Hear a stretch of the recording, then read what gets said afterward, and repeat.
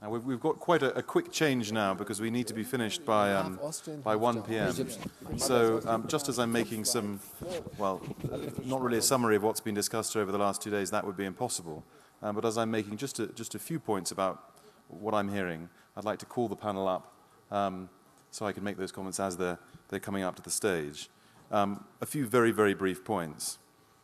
Business. We recognize the problem. We're committed to solving it. There's a positive message here. Look at what we're doing. We are solution providers. Enable us. Lots of innovation. Also, discussion around business opportunities, which I find very positive. This is about profit. It's about growth. It's about trade. A few words which come up all the time in the discussion groups and indeed in our discussions in plenary. Transparency, standards, metrics, frameworks. They don't have to be perfect. They will improve with use. But we do need a clear indicator of direction. Let's not make the perfect the enemy of the good. Also, there's an interesting conversation around moving towards a better understanding of human needs.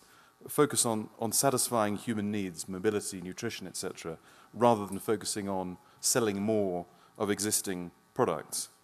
And finally, this focus on transformative shifts. The idea that transformative shifts possibilities are out there, that these are cross-sector. Again, don't make the perfect the enemy of the good. Incrementalism won't get us all the way where we need to be. Indeed, there's a risk that it could even lock in some cases, some degree of obsolescence. So those are my key takeaways. I want to move very quickly to the principles here. On my left, Arab Hoballah from the United Nations Environment Programme. After him, of course, Minister Quesada. To my left, further along, Georg Kell, the Executive Director of the Global Compact, and to his left, Jim Leape.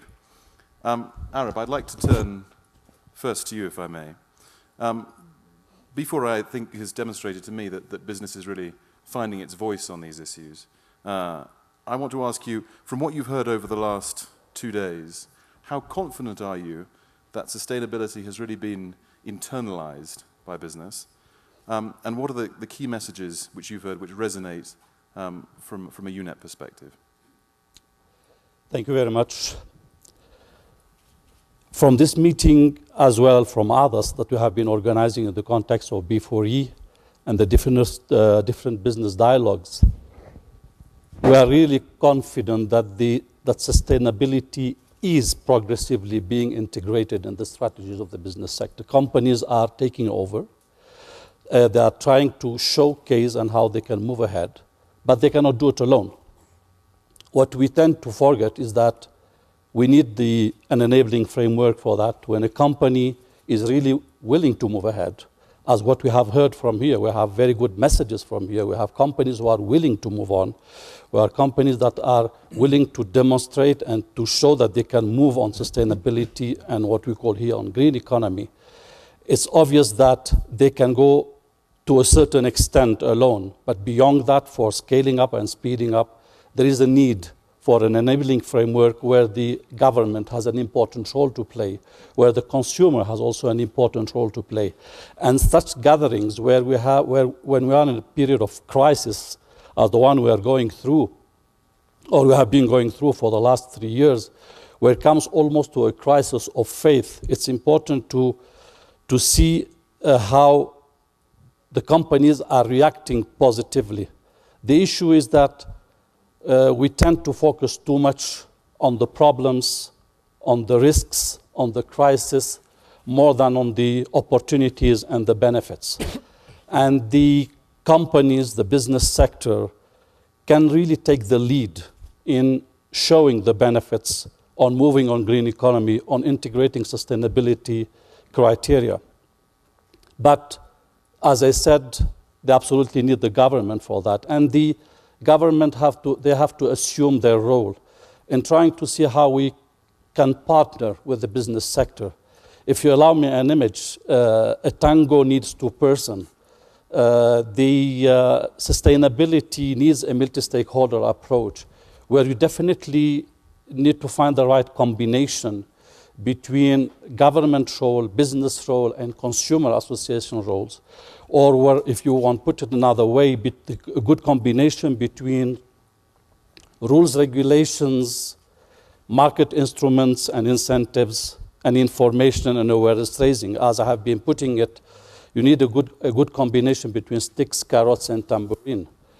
And the side of the tambourine, the business sector can play really a big role in showing the case, in making the information available, in making those practices accessible to other companies, not just limited to the big companies, what we know, but to go through down to the supply chain and share it with the small and medium enterprises. Because at the end of the day, if we want to have a transformative change at the ground, yes, the big companies has an important role, but it has to be done at the level of the small and medium enterprises throughout the world, who have the capacity to do things, but they don't necessarily have the information and they don't have the support either from the big companies or from the governments.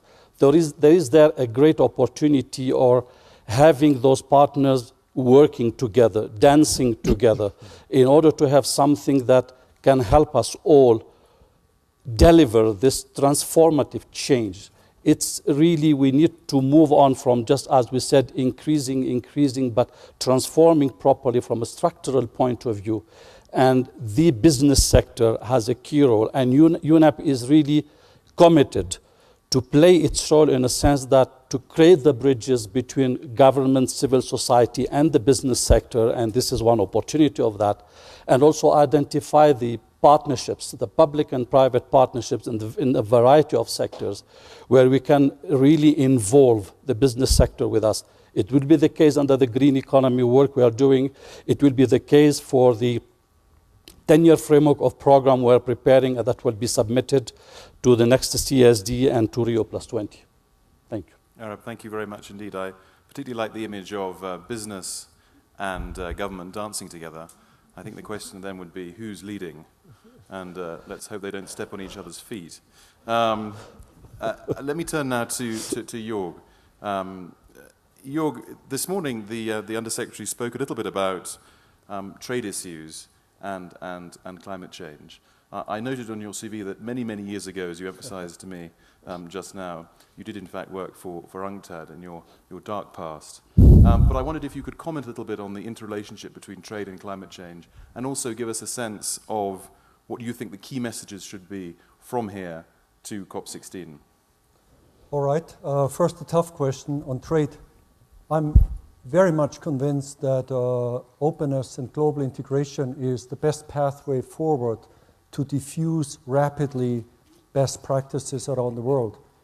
I actually do believe that one of the biggest human experiments we're all working on is building an inclusive and sustainable global marketplace where integration and inclusion is key to it. And the private sector, which in so many ways is already so interconnected, is extremely good in diffusing rapidly solutions, much better than any government intervention can do.